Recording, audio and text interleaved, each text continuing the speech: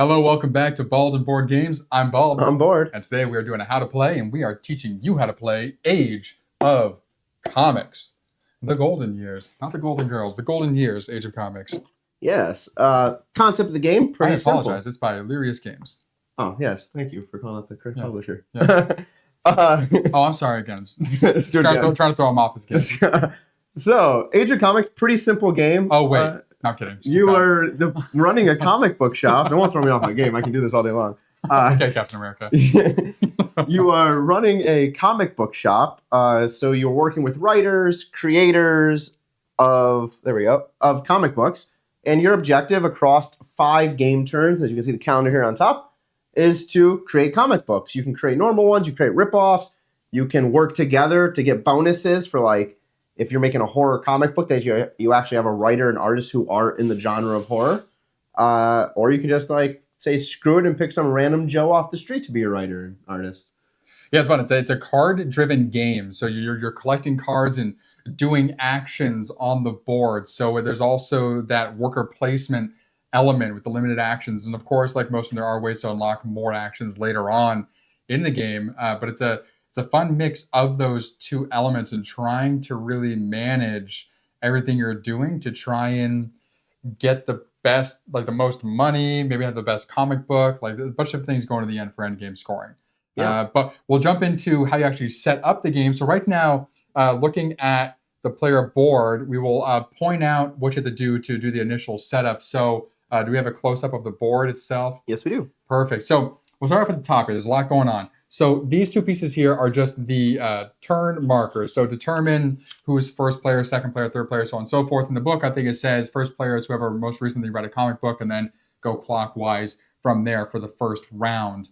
These are tiles that are here, these calendar tiles, and you're just going to shuffle the initial 6 that you have and place those up there face down so you don't know what the order is. Then you have your comic books here. So there are 2 rows. The top row has the full colored comic book tile. Those are the originals. The bottom row are the same as the top, but they're the monotone. The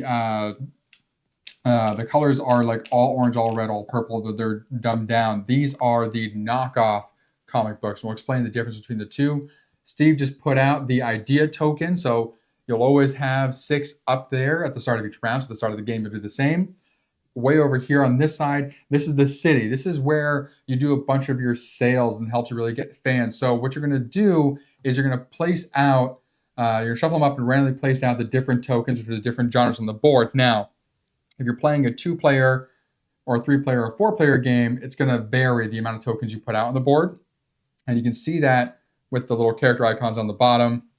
And I believe in a 4-player game using all the tokens, in a 3-player, you are removing a token that has the value of +4 fans on it, which I'll show you what that is in a second here. And then for a 2-player game like we're playing, you're removing tokens from every genre that have +3 and +4 fans. So you end up with this here. And of course, you're not going to place any tokens on any space that has the 3 or 4 player count if you're only playing with the 2 players. And then here in the middle, you have your starting location token. And then down here, everyone who's playing puts their extra little meeple tokens there. They're editors, I think they're called in this. Yes. So you get an additional editor when you unlock that, which we'll cover how to unlock that shortly in the game setup. And I forgot to mention there's a stack of tickets over here too. Just put all the tickets out there, which come to play. Yeah. And there's multiple expansions into this game. We'll talk about all those shortly. This is the base setup if you're only playing the original version without any of the expansions.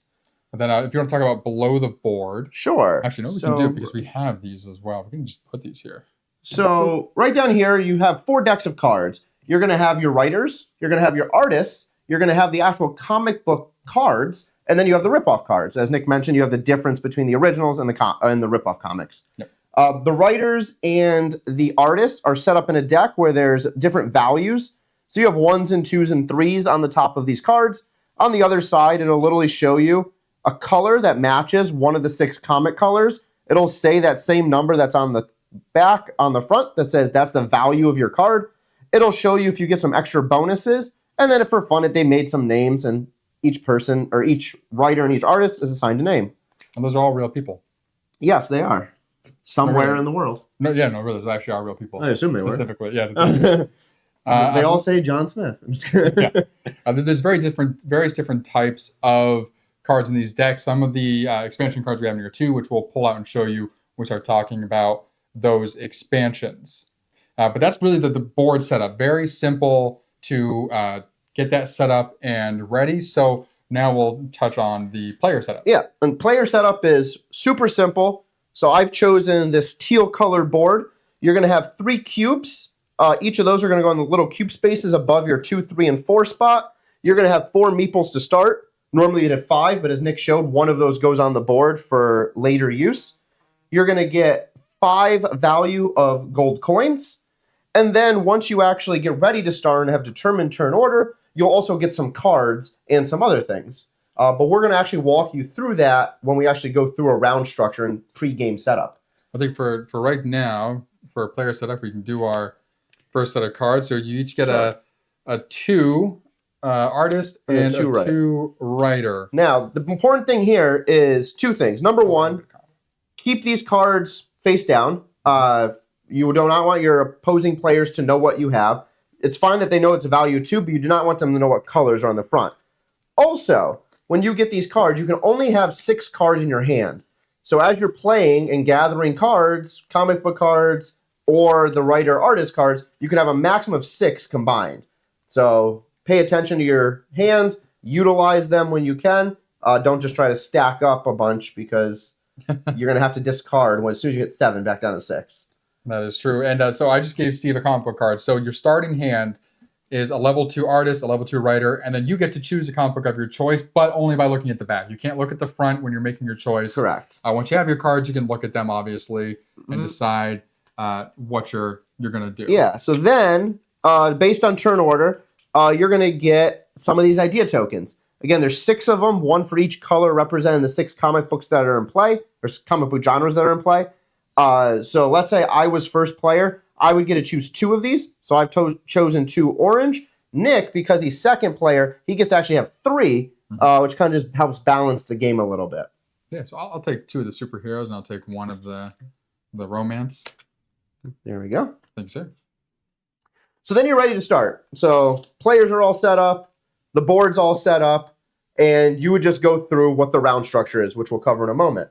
But, as we both mentioned, there are a lot of expansions that we can add into this game. And they're very easy to add in, which is great. They definitely add some variety. So we're going to go through right now how to add in these expansions. So why don't we start with the war expansion, and we'll go with that. Yes. So first expansion is called the War expansion. So there's 3 additional things that you'll need here. 4. 4 additional things you'll need here. 1, you're going to have a deck of cards that has a little war helmet on it. You're just going to take that deck. Has 6 cards in it. You're going to put it right off to the side for now. That will not be used at the start of the game. You want it accessible, but not ready to go yet. You're going to have a calendar tile. What you're going to do with the calendar tile is this has the war helmet on the backside. You're going to take the calendar tiles for the 2, the 3, and the 4 turn orders, pull them off the board, shuffle in this tile, and redistribute them, placing 3 on the 3 instead of the 2 that are shown on the board. So you just put 1 on the number 3 right above it. Additionally, you're going to take the stack of comic books associated to war, and you can keep them off to the side, or for us, since we're not using this 4 space on the board, we're going to put it right next to the original comics. And then we have 6 tokens for the game board. So these 6 war tokens will replace 6 of the tokens that are in the city.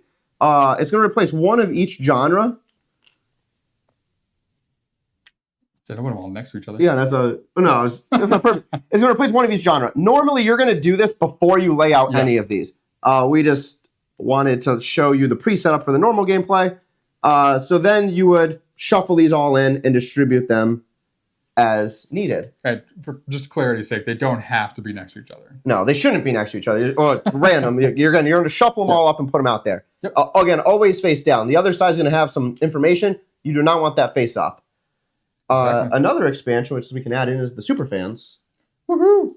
So same over there on this board. You have some super fan tokens, and you have 1 of each genre except for war. So 1 of the original 6, and these have every symbol on the back, and it says plus, and it has the calendar and fans, which means that when you use this, and we'll go over how you use these, you will add fans equal to the calendar phase you're in, as long as the comic book you're creating is of the time, so that calendar phase. So same thing, you remove and place these down on the board. So of course, removing 1 for 1 and replacing 1 for 1. Boop and boop and boop and there. Perfect. And then these you would just put off to the side, and we'll just do that now. We can get Yes, we those will. anyway. Not going to use them. Yes. So now there's 3 other expansions. Again, super easy to add in. One here is our objective cards. This just makes the game a little bit more fun. On top of all of the things you're going to be doing to try to win the game and earn points as designed, you also will get 2 objective cards. You'll look at them, decide prior to the game starting which ones you like best, and then you're going to keep one of the 2. The other one will go back into the thing, and sure. This card will stay face down in front of you. At the end of the game, if you've achieved your objective, you'll flip that face up and award the appropriate number of points. Next, we have this deck. So this deck is your comics deck. So the comic deck, when displayed, so if we flip the first one here, how did that happen? Okay, I went like that. When we flip the first one here, it says Just a Feeling. So Just a Feeling is a red comic. As you can see, the romance symbol. It'll be in the originals pile. So that you can take doing one of the actions that we'll cover. You can bring it to your hand. But if this card comes out, what that means is that for this calendar turn, if you had any comic book that was purple, which is the horror genre, automatically it's going to lose 2 fans. Another option is that It's only if it's made this turn. Oh, yes, correct. Yeah, so in this calendar turn, if it's made, so this card would just go off to the side when you do your initial setup, but it still stays there so you remember what's going on. Hypothetically, if this card was in your hand, you can decide when to use it, and you can cause other players during that calendar turn to actually lose fans. So it gives you additional benefit if you happen to draw it. But again, when you're drawing between these 2 cards, you're not going to know which one's which. It's just going to be in the pile. And there's an additional effect on those cards. So it gives you -2 fans for the pictured item, but for that calendar phase, it gives you +1 additional fan. Yes. As denoted on the bottom of the card there. And you'll find in this game that the iconography is very consistent and easy to understand at a glance, which is great. There's some other expansion cards in the comic book deck as well. So like I have one here that has 3 black rectangles and then plus the blue. What that means is that this specific comic book doesn't follow the normal rules on how to make a comic book, where you have to have a writer and an artist to make it. This one you can actually place right below a previously made comic book using the same writers and artists previously. And I believe you get the... You don't have to pay for it? You don't have to pay for those, no. right? It's just your turn action. You still have to into just take the turn action. You just have to get rid of the idea tokens, I think. You do. Yeah, Yep. just not paying for it. Yep. And then the last expansion in the deck is in the writers and the artists Let's see section, if we can find some of these, yeah. which should be pretty quick and easy to find. Maybe. Watch me at the top of the deck. There's Yeah. one. And this is these cards. They are versatile. So this does not mean that you can use this to print multiple comics. If you can't put this on your board between them, this means that you can use this artist and it'll count towards the crime comic, or it'll count towards the Western comic, or whatever the split happens to be here. So if you're looking to get points for having the proper artist, you could use this for such. And now we'll talk about why that actually matters and how you print comics. Yeah. So let's go through the turn structure. When you start the game, again, you'll have all your things set up. You'll have your turn order. You have your 4 meeples. You're going to utilize those meeples in the orange boxes. So you can see here, 1, 2, 3, 4, 5, and 6 orange boxes. You can utilize these orange boxes however you want. You don't have to go in a specific order. But on the box, you do have to go from the top down. So in the case here, you can see there's a 3-player marker, a 4-player marker. Nick and I will not use those. So that means that for each of these boxes, between the 2 of us, we can only do it 3 times. So one of us can do it twice, one can do it once, one can do it 3 times, potentially. Yep. But the very first one, I'll start, and then we'll flip-flop, is hire. So what hire allows you to do, when you start your game, you're going to have 3 artists and 3 writers laid out for you. You're also going to have 3 comics. Only of the originals. You do not lay out the knockoffs. Sit there. We'll explain how you get knockoffs in a moment. So, once you have these all pre-prepped, on your game board, if I decided, hey, I'm going to hire, I'm going to put my token there, I'm going to go back down here, I'm going to choose 1 writer and 1 artist that I decide will help me out. So in this case, I might choose, there's both a red artist and a red writer. That can help me because that'll help give bonus points in the end. So I put those into my hand, not on my board, and then it would flip to Nick's turn, and he would go along and decide what his action is. And you do have to hire 1 artist and 1 writer when you take the hire action. You cannot hire 2 writers or 2 artists or just 1 and 1. You have to grab both. Hence, on the board, it says 1 writer plus 1 artist. And a word of note as well, you don't refill the artist and the writer spots that were just pulled out. Not at this point, at least. You know what? I'm actually going to... Well, I could hire, and there's nothing on the board that I want, so I could actually take 1 card from the top of the writer or the artist deck, but I'm not entirely sure what those are, and those numbers are kind of low. So I think I'm going to develop instead, which is this section over here. So for developing, you can do this a couple different ways. So the main way, you can take one of the face-up cards. You want to show them the cards here. Oh, yes. On the camera, thanks. Yep. So you can take one of the face-up cards here. And so I know Steve just got a bunch of romance. So some people aren't a fan of hate drafting. I don't call it hate drafting. I call it strategic gameplay. 100%. I so agree. I would probably take this one into my hand. What you can also do is you can take the top card off the deck here. But if none of these cards are what you want, say I wanted a Western card, I can spend 4 money, and it says it's on here. It says 4 with a magnifying glass. So pay 4 money to search this deck without looking at the front of the cards for what I'm looking for. So I would then take that. Yeah, but the deck will stay in order as is. Yep. But because I'm playing against Steve and we play strategically, I'm going to take that romance. Good decision. Yeah. I would do the same thing. I know you would. That's why I did it. So next up along the track of possible options is the ideas. So now this is a little different. The first 2 you saw, it doesn't really matter what the order is in which you do it. This one does. So if I go into the ideas section, right next to it says 2 plus 2. What that means is That I get equals 4. That equals 3. 3. It's from Celebrity Jeopardy SNL. When Sean Connery hates Trebek's mother or loves Trebek's mother. I'll take tits now. Lay tits now. No, the tits now. Yeah, tits now. That's what I said. Oh, I just heard tits now. So for the ideas section, the 2 plus 2 means you get to take 2 from the board. So any of the 6 that are available. So if I decide, hey, I know that Nick just tried to hate draft me. So I'm going to take this red one and I'm going to take a purple one. A lot of hate crimes going on right now. Yeah.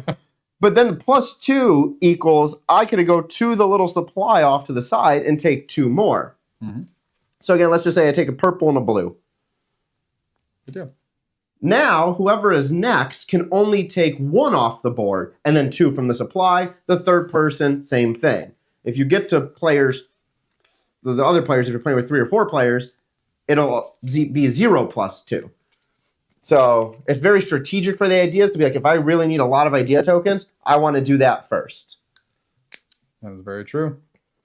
All right. I'm going to have you actually, we're going to imagine that I took a romance to start here instead of that superhero guy. Valid. So I'll do the printing action and go over that next. So printing, much like the space that Steve was just on up there, the very top box has an additional ability. It says ×2. So that means if you're the first one there, if you have the resources required, you can print 2 comics in one go. I don't, so I'm only going to print 1 like normal. So to print a comic book, you have to have an artist, a writer, and a comic book to print. They do not have to match, but of course if they do, it just benefits you even more. So you have to pay the cost of your writer and your artist. So here I'm going to use a romance writer. Their cost is going to be 2 because that's their value. I'm going to use a Western artist.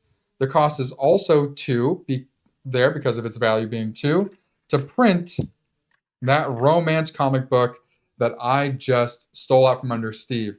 Now, I'm not done yet. I have to pay the value total. So it's going to be of your artist and your writer. So 4 I have to pay. So I'm going to hand it to Steve. And boom, get your change back. Make sure the bank as well. You also have to have 2 idea tokens of the matching comic book that you're printing. So I have the 2 romance idea tokens, which you cash in as well.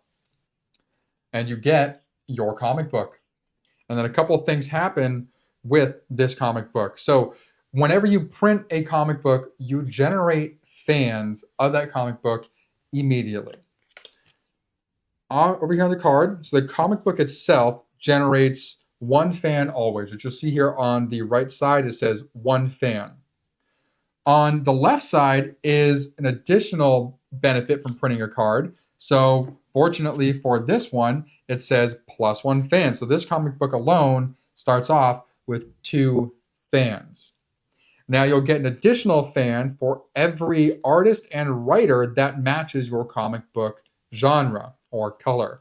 So here I have 1 writer that is also a romance writer. So that will add that additional fan. And that's what the symbol over here means. Because this artist is a Western artist, I do not get a fan from that. So my total fans for this card are 1, 2, and 3 fans. So we're going to put this comic book on my track on the 3 spot. And that is that comic book's value. This will have benefits at the end of the turn. And those fans will slowly deplete if you don't maintain that fan level. That's printing. What are you going to do next? Yeah. So a few things happen here. So he printed the Just a Feeling card. Mm-hmm. So right here, just to show you the example, in the black deck, which is the ripoffs, we have Just an Emotion. Mm-hmm. So that now can be utilized. So if you happen to get that card, you can now print a copy of Just an Emotion. As we mentioned earlier, it's a knockoff. It's a knockoff. You do not need to expose idea tokens, but you do need a writer and an artist. Yep. So I would have a writer and artist. I would take and play this if I was able to get this card, and I can then do this creation of the ripoff. There's a lot of negative consequences. You won't get the same fans. There's a lot of the bonuses you will not get. So be wary when you're doing the ripoffs. Mm-hmm. It could help you make comics, which help you unlock some things, which we'll cover. Yeah. But it might not be a great idea. And it can generate money without having to take the extra turn to get idea tokens. So when you make those, you still get the fans for the matching artists and writers. It just doesn't give you a fan to begin with. Yep. Also, knockoffs cannot be used to cash in the sales tokens. If you want to take the sales action and show them how to get one of those. Well, first, I'm going to give you one of these. Ooh, that's right. I get a badge.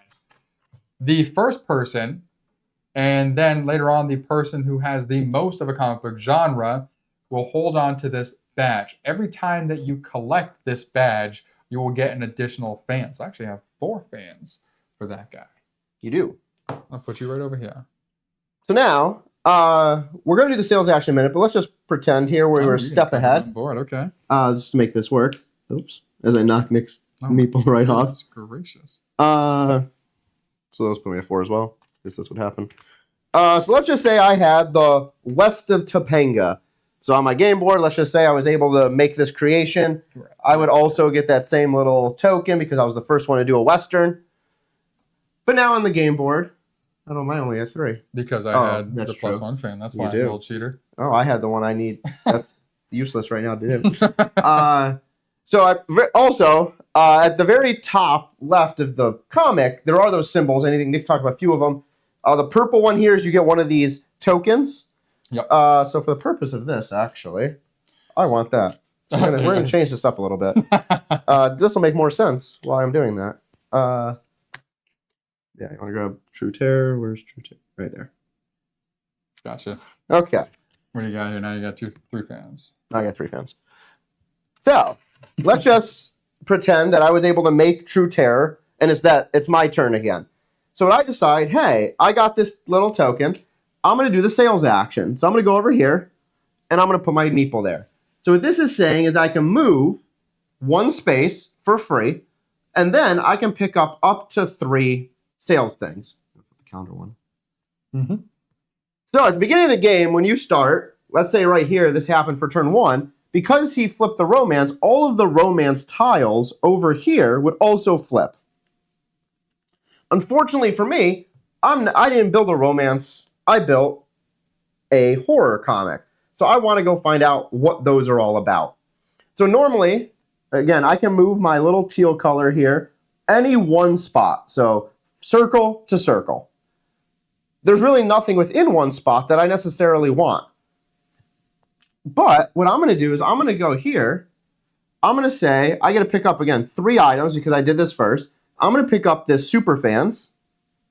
I'm going to pick up this one here, which also happens to be a Superfans.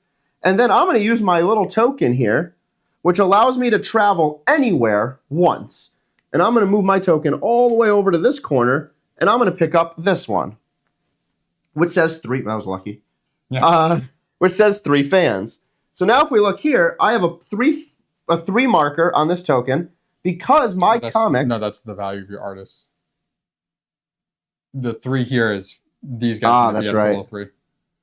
So if we look here, I have a 3. This total is not 3 because the orange does not count. Yes, it does. It does? Yeah. Oh, it does. It's the total of your writers. Good and call. artists. Yeah.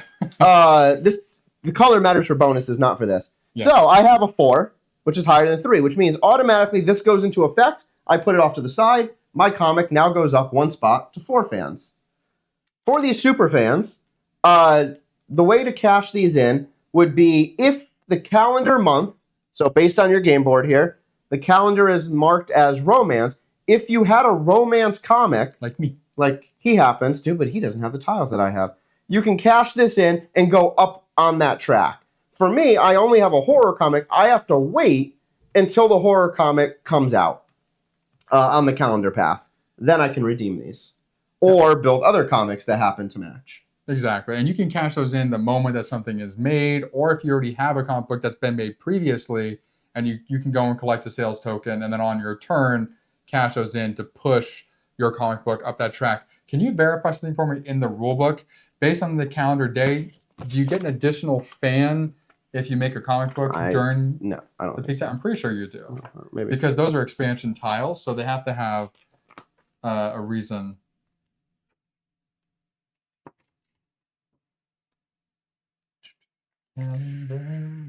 Print.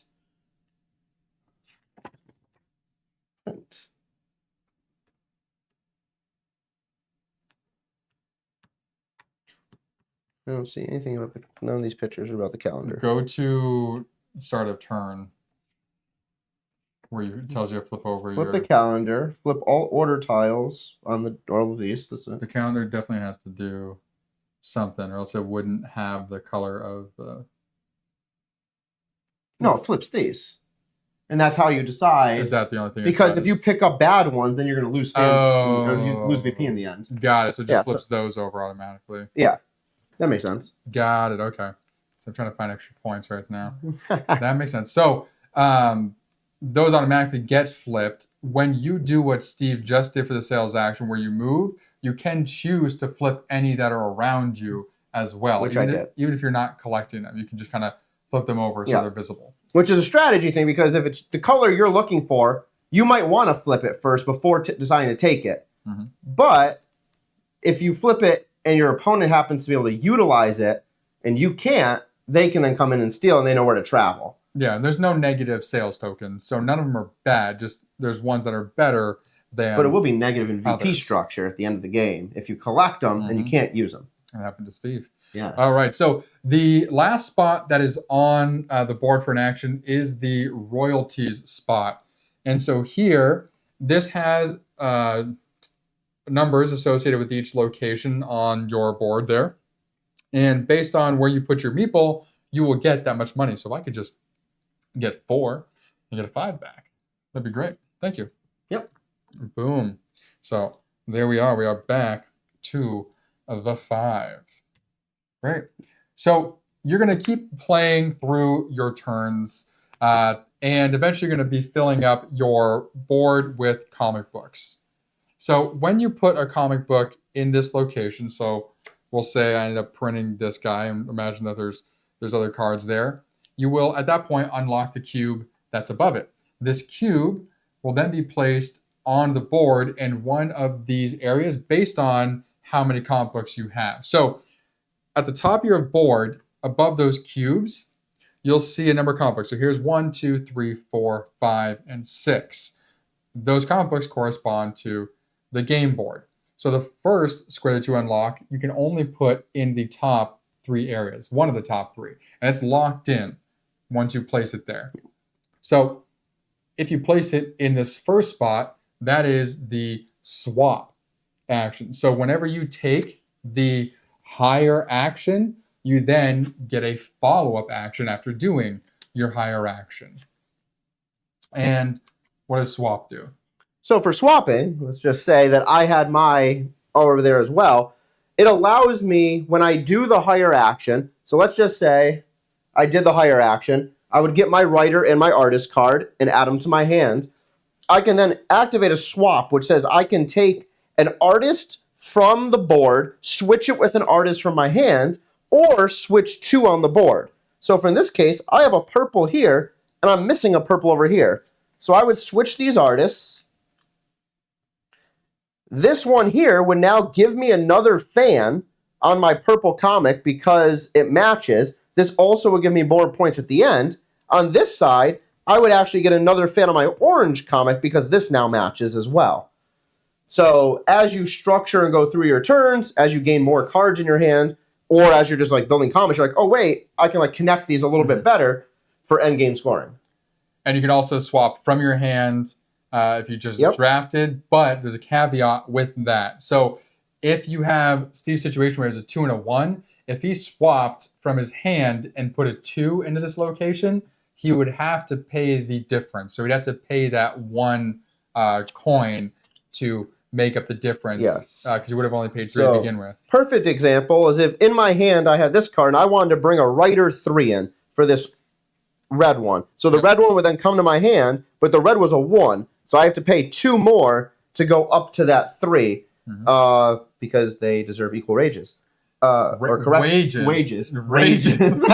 Correct wages. But now the opposite is true too. The opposite is true too. You could get money back. Yep. So if he swapped that 3 out for the 1 instead, then he could actually make money that way. So if you're hurting for money, you can do that higher action purely to get a coin potentially. Yeah. So it could help you short term, but then long term, it might not help you. In this case, this helps me long term because I get more fans now, and I'll get victory points at the end. Exactly. Next up on the board, the next follow-up action. So under develop, if you have your cube there, you can hype a comic that's coming. So this means when you do that develop action, if you have a comic book in your hand, and there we are, in your hand, you can place this down. I'm going to put it up here, but you put it next to your board somewhere, and then you take one of these hype tokens and place it on that comic, but they can't see it over there. No, here. We do our hypes here. Yes, I was doing based on doing based on what you were showing, Steve. Doesn't change it. So you said it. Yeah. Card, put a hype token on there. At the start of every turn, while this card is there, you will add additional hype tokens. So let's say if I had this there for 2 turns, it has 2 of these tokens. When I go to make this comic book, I will get all the normal fans, and then I'll get 2 fans for every hype token that's on there. So right now I'll be getting 4 additional fans. So hyping up your comic book is great. Yes. And your last option out of that top row is the icon idea tokens. So what that says here is it says 3 fans for 1 comic. So I can turn in. So if we look at my board here, I have 1 per comic. Is what it is. Yeah. Wait, 3 fans. So to get. So you can. So it's caching. It's caching your tokens. So you can cash in a total of 3 of those ideas. Yeah. And you can only do 1 against 1 comic. Yeah. Yeah, against one. Yeah. So for my case here, I have 7 idea tokens. I've already built 2 comics, and I'm like, okay, I'm not going to build another purple or another orange. I don't really need these orange and purple idea tokens. So what I can do is I can take 3 of these, go boom, boom, boom, toss them back in the supply as long as I had that there. And now I can actually add a fan to one of my tokens or one of my comics that I've already developed. So that's what I'm saying though. So the tokens, it's a 1-for-1 situation. Yeah. So you can count. I'll get 3 fans. So you can do 1 token per genre. Yes. And you can only do 3 tokens at max. So you could raise up to 3 of your individual comic books up once by doing that. Yeah. So in my case, I would get rid of 1 orange, 1 purple to go up 1 of my purple, 1 of my orange. Yep. Exactly. That one's a little confusing just like by looking at it, which is why I wanted to clarify exactly what that meant.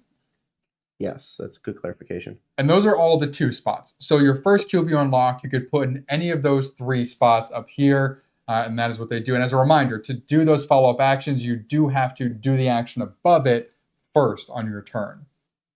Next, once you unlock your 3rd comic book and you have your cube, you can place it in the 3 spot or any of the 2 spots. So I'm going to go with this 3 spot under print. So now when doing the printing action, I'll use my last meeple on there, why not?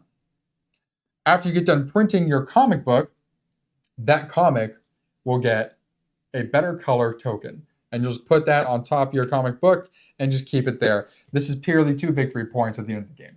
Yes. Which could be the difference. Yes, it could be. Especially in our games, for sure. Yes, where we tend to tie the tiebreakers. And then the last one for your cubes is once you get to your 4th comic, you have 2 final options down here. Both are pretty simple. I'll just go through both of them. The first one here means you just get this 5th meeple. So if you do that, you unlock your 5th meeple. It comes onto your board. Now you get an extra turn. Very valuable. The other one over here is when you do the royalties action. So if I had my meeple, I did the royalties action. I got $4. I can spend 2 of those $4 that I just got and add a fan to any comic. So if I don't necessarily need the cash, but I had an extra meeple, I can grab the cash and then boom, add a fan. And that can be very advantageous when you're trying to go from like 9 to 10 because it's $4 to $6. Yep. You can get some more cash at the end. Or specifically, if you care about turn order or some of the other things where how many fans you have matters, this is a good like final hit. Yeah, and there's a couple different options on there. So it's $2 for 1 fan, $5 for 2 fans, or $9 for 4 fans. You can only do one of those. Yes. You can't do all 3 or a combination. You can't do, well, I'm going to do $2 twice to get 2 fans instead of spending 5. Like, that doesn't work. It's pick either the 2, 5, or 9 value. And I love this is the opposite of real life. It's like, oh, you can spend $2 to get 1 fan. Normally you think, oh, $3 to get 2 fans. They're like, no, you're going to pay 2.5 times to get 2 fans and not just one. There's no deals here. No, they are pushing it. So that is kind of the basics of all of the actions that you can do on the board. Now, as you continue through the game, you will end up unlocking your last couple of comic book spots as well, which don't give you extra actions on the board. They just have some different abilities for endgame, really. So the first one, actually, the 5th comic book you do, it allows you to move one of your previously placed squares to a location. So if I want to put it down here and unlock that guy, and you'll get 1 victory point for each original comic that you have completed. So again, these knockoffs, these don't help you at all for that situation. Excuse me. And the 6th one purely just gives you an additional 2 victory points at the end of the game. I don't want to tell them what happens when wartime comes. Yeah, so you're going to go turn by turn. So right now, let's just say we all finished turn 1. We now would take our meeples back off. All of them would come to our hand. And we'll go over that. We would go over restructuring of that. But now, let's say we get to a point on the calendar where the war tile comes out. Maybe, and there it is. There it is. Now, the war tile may not be in round 3. It may end up in round 2 or round 4 as well. But you know you're safe from at the beginning in round 5. But so here, with round 3, in a normal game, you'd be flipping over 2 tiles, of course, with the war token. Because we added in, you're flipping over 3. So all of those tiles would get flipped on this board. We're not going to go through and do that. But of course, the superheroes would have gotten flipped over here when round 2 came. And then round 3, you're going to flip over all the war, the crime, and the horror tokens. But some other stuff happens as well when the war ones are. So on your end of turn, before we have popped that war token, whatever was out here, if everything wasn't purchased or received, would get discarded. We would normally deal out at the beginning of a turn 3 of the artists, 3 of the writers, 3 of the comics. The war means we're a little stranded. We get to pull out 1 of each of these 3 only. When that's the first thing that happens. These get more than 1. No. Yes. Oh, yes. It'll be one of these. Yes. Yeah. So it's 1 writer and 1 artist, which symbolizes that people are being drafted. There's a there's a short writers and artists right now. So there's only 1 and 1. Is you remember when those are drafted or hired, you don't get to refill them. So anyone else who wants to hire will have to pull from the top of the deck this turn. That is true. But then so then something special happens with the comic book deck. For the comics, we have these 6 war cards now. So you're going to shuffle up this deck, and these are associated to the 6 war comic books out there. You're going to flip 1, then you're going to add this to the deck. You're going to shuffle the deck up. You're then going to flip 2 more. There we go. So you're guaranteed to have 1 of those war comics here. The others are somewhere in that deck. Yep. There's an advantage and disadvantage to the war. So first, the war does not have a mastery token. So these fun little things here that give you that +1 fan, there is not one for the war. No, there isn't one, huh? No, it's just the original 6. But if you happen to produce a war comic book in the turn that the war is, in the calendar turn of the war, you actually get some bonus fans, which is kind of nice. Yep. So instead of 1 fan, you would get 2 fans. And in this card specifically, you get 3 fans because that's its bonus.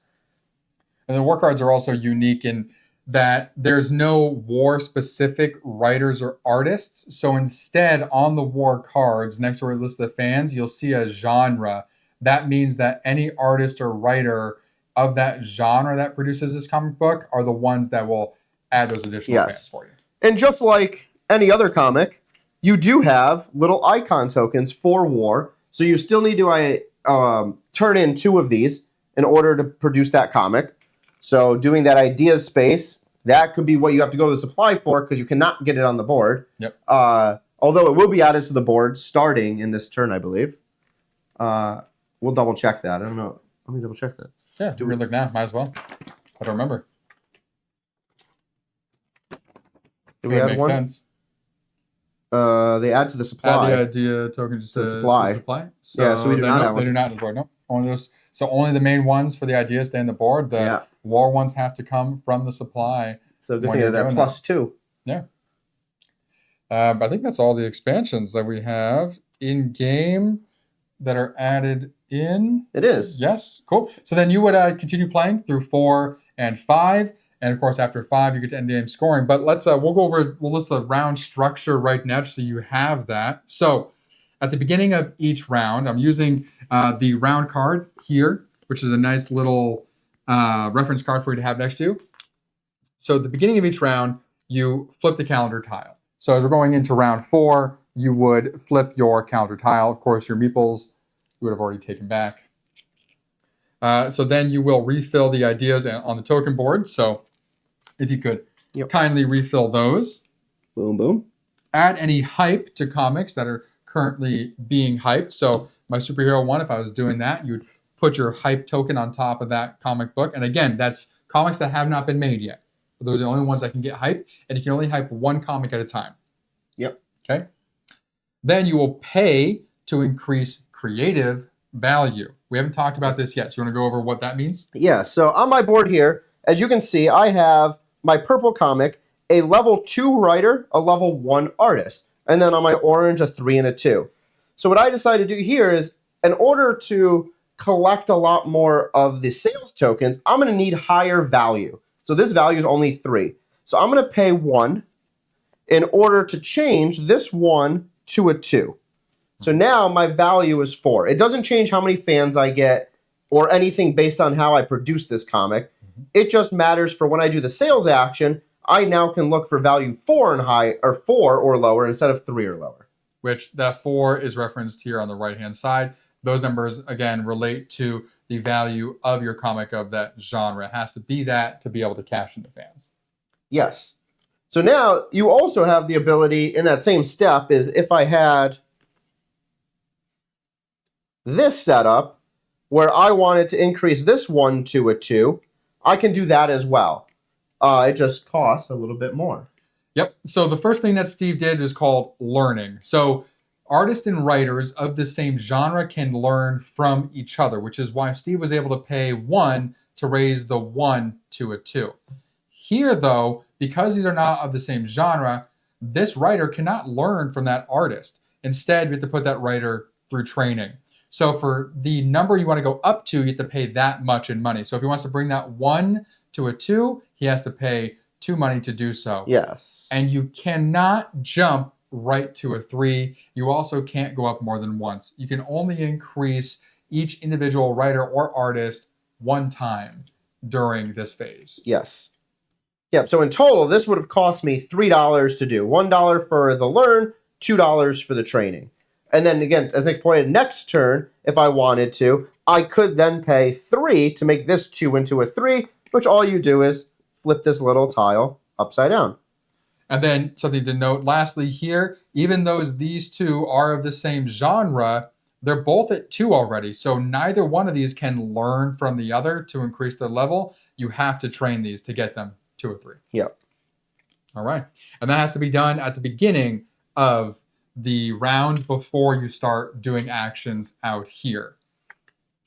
Then in the middle, you take your actions. You do everything that we just went over. 1 at a time, you will place your meeples out on their spaces and do the respective action like we just covered until everyone has gone through all of their meeples.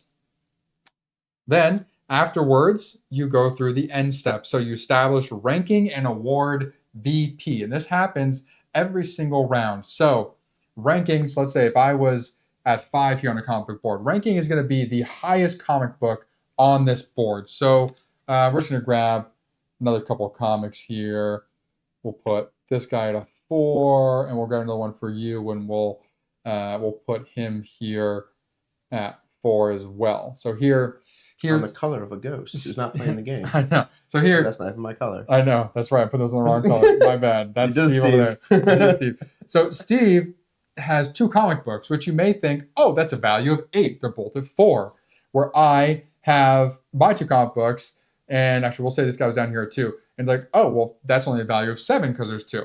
That's not how this works. It's the highest value of the single comic book. So here, my 1 comic book is higher than Steve's 2, so I have the higher value comic book, so I would get the most VP in this turn. And down here in the bottom, it tells you how much that is for first, second, third place. 4th place doesn't get anything. So first place gets the 3 victory points. Second place gets 2. Would get the 2.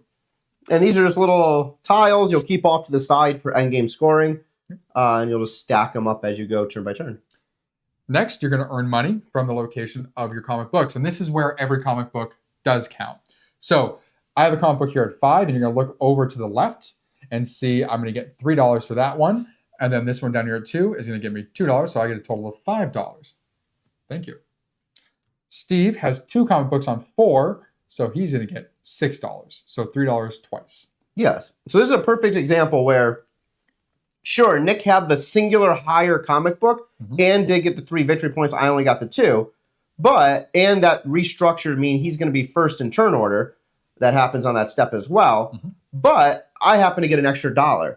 So if you're the person that's, let's say, making more comic books, but maybe not as high singular fan value, it could pay off in the end. Literally. Because you're going to get more cash, and that can play out on how you do your other future steps. But that will mean you're just not going to go first, which could be fine. Yeah, could be. I didn't go first at all last game, and I ended up winning. You went first every time last game. No, I didn't, because I always had the higher comic book. So you went first every single time last game. Other than the first turn. First turn, you went first. Yeah. Okay. Now, as we were just mentioning, you establish turn order. And the way that's done is based on, like we just said. Yeah. Is based on the value of the highest comic book. So the person who is the highest will go last, and so on and so forth. If you're ever tied, so say Steve and I were tied here at 4, let's say that we had a third player on the board, right? And they had 5. So Steve and I would be fighting over first and second place right now because this yellow person would be going last at the moment. So for us, we would just swap the positions we're in, and that's how you end up deciding that if there's a tie. Yeah. Lastly, you remove a fan from every single one of your comic books. So they all just kind of go down the track one space. Now, a comic book can never go down below 1. There will always be a fan of your comic book. Which is your mother. Probably. So those will keep decreasing throughout the game. So that's where doing your sales actions and paying to get fans can really come in handy to push those up. Also, why it's a great idea, later in the game to hype up a comic book, and when you make it, that way it starts off higher, and you just kind of gain more income from the beginning. But that's for you to really figure out the best way you want to play. Yep. Now you remove your editors from the board, which is going to be all those meeples, which you already took off the board, and you get ready for the next round by lastly discarding all the cards that are down below the board, which are your writers, your artists, and the comic books. And you'll put those in a discard pile, and then you will deal out your new cards onto the table. Yep. And that would start the round over again. You start off by flipping and going through the whole process again until you get all the way through round 5. And round 5 is the last round. So obviously, you can't increase the value of your writers or artists after round 5. So you don't want to really have any leftover sales tiles, and Steve will explain why. Yes. So after you finish round 5, the one only change is you do not decrease your comic. So you will not. You don't. Yeah, you do not lose your final fan. So after round 1, you'll decrease 2, 3, and 4. After round 5, at the end, it is where it ends. Yep. Nice. For endgame scoring, you'll then trigger that. You have a little pad of paper they give you, which is super nice and convenient. We'll just put it right here so everyone can see it. It'll literally go through all of the steps. So, easy example here, you would have those little tokens. You'd count up your victory points. We have a bunch of other things. But very first is fans. So, fans will go by your comics. Mm-hmm. So, you're going to go over to the comics and you're going to say, okay, I, as Steve, have 3 fans for 2 comics. That's 6 fans. Nick has 3 fans and 1 fan, so he would have 4. But let's say, for example, I had this tile here. I anticipated, I can make a red comic book of value 4 or higher and be able to get 2 more fans. But I failed. You actually lose the amount of fans that are listed on this tile. Mm-hmm. So here, I would actually lose 2. So instead of me being at 6 and Nick being at 4, we're both at 4. Yep. Then you're going to continue through the pad. If you have any gold coins, you divide the total sum of your coins by 4, and you get that many. The remainder just falls off. Yep. So if you have 13 coins, you only get 3 points. You don't get 3.25. For any of these little tiles of the idea tokens, for every 4, you would get 1 point. So I have 5. Again, I would get 1. This one just doesn't matter. For the game board, player board is what comes next. Do you want to show your example here? Yeah, sure. What do we got next here? We got our fun little cards here. So for my section, so what's next is you're looking at your printed cards, your printed comic books. So first up, I'll bring this over here so you can see. This first one says ×6. You're looking for your comic books that are all matching. So for this, it would have to be all red for me to get points. So Steve on his board has this twice. He has all purple and all orange. So Steve would get 12 points for this. I would get 0.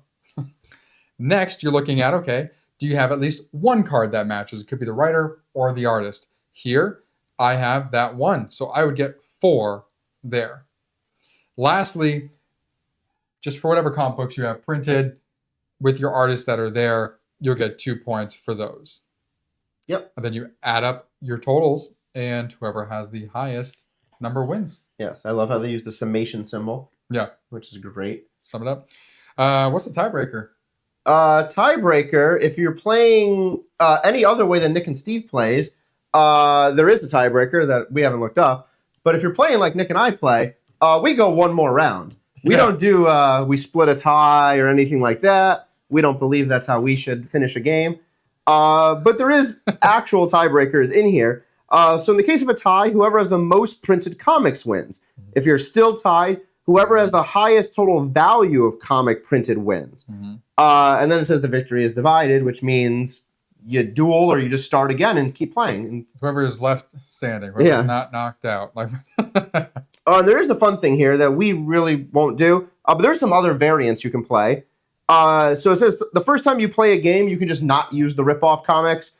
If you want to play a tighter game, you can reduce the number of cards on your display board out here, which is your artist and all of that. And then if you want a more competitive and aggressive game, you can actually subtract a fan to any original comic if it gets ripped off. Meaning, if you produce a ripped off comic, you actually steal a fan from the original. I mean, I know, just want me to just subtract. Yeah, subtraction. I like that. I like that. That's what I thought would happen normally when we played last time.